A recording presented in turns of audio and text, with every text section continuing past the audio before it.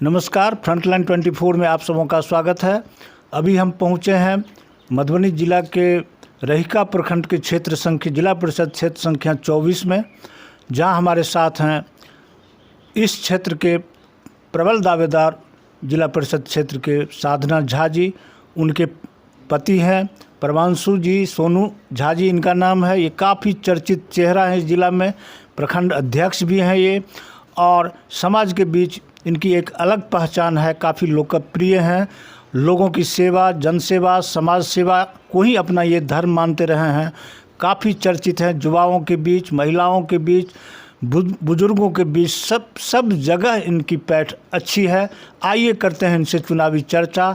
साधना झा जी इस बार चुनाव मैदान में हैं, इनकी पत्नी है और ये लगातार भ्रमण कर रही हैं, जनता के बीच जा रही हैं और अपने पक्ष में मतदान करने के लिए लोगों से निवेदन करती दिख रही हैं हर जगह।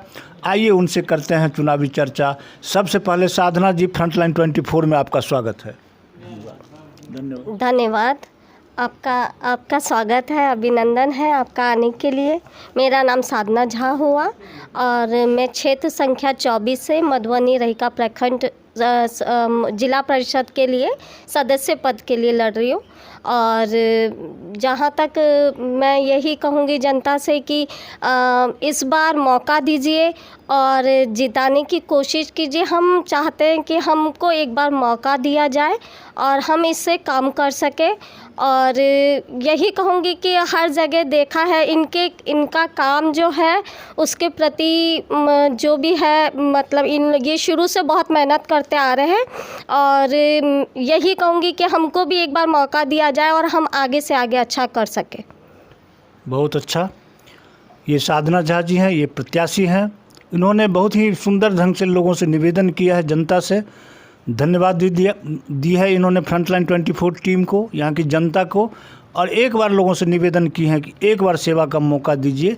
हम कोशिश करेंगे कि इस क्षेत्र संख्या 24 का चौमुखी विकास करूं। एक बार मौका मुझे ज़रूर दीजिए। इनके पति हैं सोनू झा जी, आइए उनसे बात करते हैं।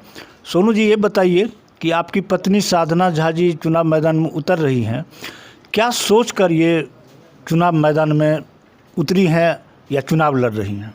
सबसे पहले हम आपको बहुत बहुत धन्यवाद करते हैं फ्रंटलाइन 24 को। और हुई ये बात, जो साधना ये हमारी पत्नी है, हम लोग अचानक बैठा करते थे अपने घर पे ही, तो हर समय ये कहा करती थी जो इतना आप व्यस्त रहते हैं समाज के बीच, और इस बार क्षेत्र संख्या 24 में महिला क्षेत्र है, क्यों ना मैं भी अपनी भागीदारी आपके साथ निभाऊं और जनता के बीच जाएं। बोला स्वागत है, तुम अगर आओगे और एक पत्नी धर्म और पति और पत्नी के साथ अगर हम लोग जनता के बीच रहें और जन सेवा की भावना अगर तुम्हें प्रेरित हुई है तो निश्चित तौर से तुम समाज की सेवा करने के लिए आगे आ सकती हो। ये हमारा घर का भी है, जो मान लीजिए जो भी औरत अगर घर के समाज सेवा के लिए निकल रही है तो निश्चित तौर से उसका समर्थन हमारा नैतिक जिम्मेदारी बनती है, जो हम अपनी पत्नी का समर्थन करें। और इसी भाव से हमारी पत्नी, उसी दिन हमने समझ लिया जो नहीं, हमें क्षेत्र संख्या 24 से जिला परिषद क्षेत्र से लड़नी है। बहुत अच्छा। और ये बताइए कि वर्तमान में जो यहाँ की जिला परिषद की सदस्य हैं, उनके द्वारा जो काम किया गया है, आप क्षेत्रीय भ्रमण पर हैं अभी आप लोग, तो उनके द्वारा जो काम किया गया है उससे यहाँ की जनता और आप स्वयं खुश हैं, संतुष्ट हैं? संतुष्टता की कहीं पे गुंजाइश नहीं है, क्योंकि जो यहाँ से पहले जिला परिषद से जीत के आए हैं, सबसे बड़ी बात है वो राजनीति तो उनसे नहीं हो पाएगा। वो ठेकेदारी करते थे और करते ही रहेंगे। और जहाँ तक हम लोग जिस क्षेत्र में गए हैं, एक भी काम उनके द्वारा नहीं किया गया। हर जगह वो झूठ और खसोट की अड्डा बना के रखे हुए थे। क्षेत्र में जहाँ भी जाएं, 5 साल जीतने के बाद कम से कम जनता के सुख और दुख में नेता कौन होता है? नेता किसी का घर नहीं चला देता है, नेता किसी को कुछ दे नहीं देता है, लेकिन नेता की नैतिकता होती है जो अपने सुख दुख में अपने जनता के बीच रहे, उनके भागीदारी बने, उनके रोड रोड की क्या स्थिति है, उन्हें लाइट की क्या स्थिति है, हमारे जनता किस स्थिति में रह रहे हैं, वही नेता का नैतिक कर्तव्य है। वो नैतिक कर्तव्य से बहुत पीछे हैं। 5 साल जीतने के बाद क्षेत्र में आना ही उनको दुर्लभ है। लोग ढूंढ रहा है दिए और बाती से जो हमारे जिला परिषद हैं कहाँ। अभी जहाँ जहाँ वो जा भी रहे हैं वहाँ वैसी तरह से उनकी स्वागत भी हो रही है। ये जो क्षेत्र संख्या 24 है, ये क्षेत्र मतलब इसमें ऐसा है कि हम जो भ्रमण की, हमारी टीम जो भ्रमण की है, हम बहुत सारी समस्याएं हैं, सड़क की भी समस्या हैं, बहुत सारे पंचायत में लोग सरकार की जो अति महत्वाकांक्षी योजनाएं चल रही हैं, हर घर नल जल योजना, आवास योजना, शौचालय योजना, राशन कार्ड, विभिन्न वृद्धा पेंशन, विभिन्न तरह की योजनाएं। तो मैडम जब चुनाव लड़ रही हैं और अगर ये जीत जाती हैं तो इनके सामने ये चुनौती होगा। इनके हाथ में सारा चीज़, जिला परिषद क्षेत्र में सारा बहुत कुछ नहीं होता है, लेकिन लोग शिकायत, जनता नेता होने के कारण, प्रतिनिधि होने के कारण इनसे लोग शिकायत जरूर करेंगे। तो अब सबसे पहले ये बताइए कि इस समस्या से आप रूबरू हुए हैं, लोगों ने बताया है, और इन समस्या अगर आप जीत जाते हैं मैडम, अगर जीत जाती हैं साधना झा जी, तो इसे दूर कैसे करेंगे? मेरी पहली प्राथमिकता, जहाँ क्षेत्र भ्रमण में जब हम लोग जाते हैं तो मेरी प्रथम प्राथमिकता और जीतने के बाद यही होगी, जो गरीबों के प्रधानमंत्री आवास योजना, जो प्रधानमंत्री जी का स्वर्णिम एक योजना है, वो योजना धरातल पर नहीं उतर पा रही है। इसका कहीं ना कहीं हमारे पंचायत के जो प्रतिनिधित्व करते हैं उनकी कमी है। ये सारी कमियाँ जिला परिषद अपने स्तर से कमियाँ डीडीसी के माध्यम से या जिसके माध्यम से हो, ये हमारी पहली प्राथमिकता है। जो गरीबों का प्रधानमंत्री आवास योजना मिले, वो अभी भी इस हाल में, इस बार जबकि औसतन बारिश बहुत ज़्यादा हुई, उसके बाद गरीब जिस तरह से घर में रह रहे हैं वो हम लोग तो नहीं देख सकते हैं। अगर हम लोग जीत के आए तो मेरी पहली प्राथमिकता प्रधानमंत्री आवास योजना होगी। मेरी पहली प्राथमिकता आयुष्मान कार्ड होगा, जो जनताओं का सबसे स्वर्णिम योजना हमारे प्रधानमंत्री जी का है, आयुष्मान कार्ड, जो गरीबों का 5 लाख तक का जो फ्री में उनका इलाज है, वो मेरी पहली प्राथमिकता होगी। मेरी पहली प्राथमिकता होगी जो राशन कार्ड, जो गरीबों को इस कोरोना काल में 5 प्रकार का तरकारी की अगर सुविधा भोजन पे नहीं हुआ, लेकिन मार भात खाने के लिए गरीबों के लिए 5 किलो अनाज फ्री में दिया गया। वो कुछ गरीब ऐसे हैं जो अभी भी राशन कार्ड से दूर दूर तक नहीं है, तो इस पे हम लोग, हमारी पहली प्राथमिकता राशन कार्ड भी होगी। ये सारी प्राथमिकता है जो जनता दूर दूर तक गरीबों की नहीं हो पाई है, चाहे वो ब्लॉक स्तर से हो चाहे जिला स्तर से हो, हम उसमें पहले प्राथमिकता करके इस काम का पूरा करेंगे।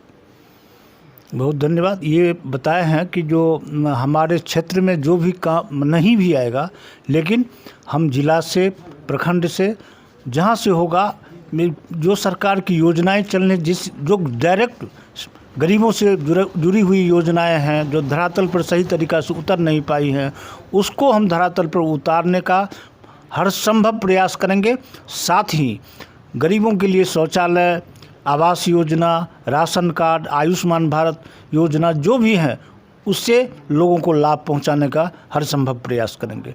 अब आप बताइए, किसी समाज को विकसित करने के लिए, आगे बढ़ाने के लिए शिक्षा और स्वास्थ्य का अहम भूमिका है। आपके क्षेत्र संख्या 24 में शिक्षा और स्वास्थ्य की क्या स्थिति है?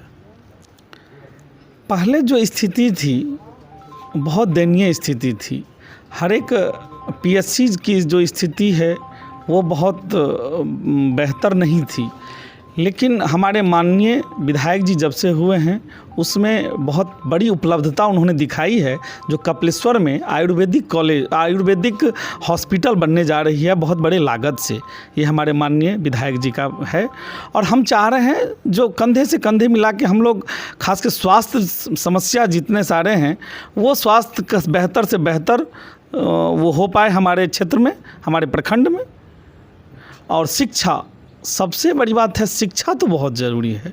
अभी भी हमारे बच्चे स्कूल नहीं जा पा रहे हैं, तो वो स्कूल कैसे जाएं, किस तरह से स्कूल में शिक्षा का जो स्तर हो चुका है, टीचर्स का जो स्तर है, उस पर हम लोग अधिक से बेहतर उस पर हम लोग निगरानी करेंगे।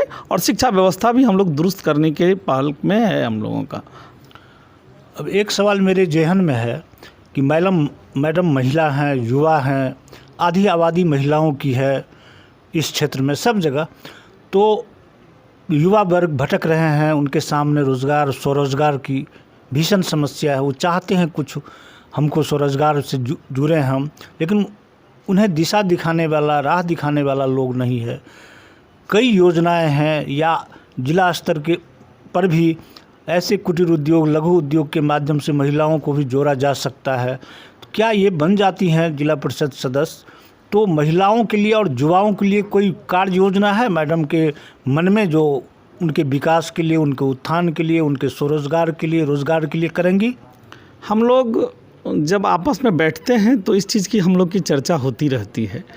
जो देख रहे हैं, जो जिस तरह से महिलाएं अब आगे बढ़ रही है, हर एक क्षेत्र में पुरुषों के कदम से कदम मिला के चलने की कोशिश कर रही है, उसमें साधना का योगदान जो हम उसके सोच जो देख रहे हैं, वो सोच बड़ी भांति है। जो कुटीर उद्योग जो जितनी बढ़ावा अभी कुटीर उद्योग पे हो रही है, साधना का कहीं ना कहीं से लगाव है। जो महिला, चाहे पापड़ उद्योग हो, चाहे चरौड़ी हो, मतलब जो हम लोग का क्षेत्र का जो मिथिला पेंटिंग है, जो क्षेत्र का जो हम लोग का कुम्हड़ौरी, अदौड़ी, इस तरह का जो एक कुटीर उद्योग, लघु उद्योग करके जो हम लोग कर सकते हैं, हमारी महिला उससे जागरूक भी हो रही है। और जीविका के माध्यम से, चाहे जिस माध्यम से, ये साधना के ख्याल बार बार, और खुद उद्यमी रही है, खुद रही है, एक बेहतर काम कर रही थी जहाँ पे अपने मायके में जहाँ पे रहती थी, वो जहाँ पे, तो वो अच्छी तरह से वो जानती है। जो महिला हर आगे में, जिस तरह से हम आगे आए हैं, उसी तरह महिला कदम से कदम मिला के आगे आए, कुटीर उद्योग में सहयोग दे। और कुटीर उद्योग की इसका बढ़ावा है, जो साधना कुटीर उद्योग के लिए वो आगे बढ़ने का चाहेगी। वो जो हमारी महिलाएं, ग्रामीण महिलाएं, और ज़्यादा से ज़्यादा ग्रामीण महिलाएं जुड़े। और हम साधना को बोले भी हैं, जिस तुम तरफ जा रही हो, ये सिर्फ सेवक बन के रहना है। और राजनीति का पहल ये नहीं है। जो राजनीति सेवा भाव की बात है, सेवा भाव जब तक तुम्हारे अंदर रहेगा, तब तक तुम एक कुटिल राजनीतिक हो सकती हो, कुटिल समाज सेवी हो सकती हो। नेता सब कोई हो सकता है, लेकिन समाज सेवी कोई होता है। दीनदयाल उपाध्याय जी का बहुत अच्छी तरह से इन्होंने किताब भी पढ़ा है। और दीनदयाल उपाध्याय जी का एक बहुत बड़ा अच्छा पंक्ति था, जो समाज तब तक विकसित नहीं हो सकता है, राजनीति तब तक सफल नहीं हो सकता है, जब तक समाज के अंतिम व्यक्ति को विकास तक ना पहुंचा दें। और कहीं ना कहीं दीनदयाल उपाध्याय जी का स्मरण साधना में है। और वो उस तरह से दीनदयाल उपाध्याय जी के जैसे महाजनो येन गतः स पंथा, और जिस तरह से दीनदयाल उपाध्याय जी का स्मरण करके ये उसी तरह आगे बढ़ेगी, ये मेरा पूरा विश्वास है। और पूरे विश्वास के साथ ये निश्चित रूप से उस काम को आगे बढ़ाएगी, कुटीर उद्योग की बढ़ावा देगी। जहाँ तक संभव हो सके हम इसके कदम में कदम हाथ मिला के रहेंगे, और इसके आगे बढ़ने से और कुटीर उद्योग के आगे बढ़ाने में भी इसके सहयोग हम रहेंगे ज़रूर। बहुत अच्छा।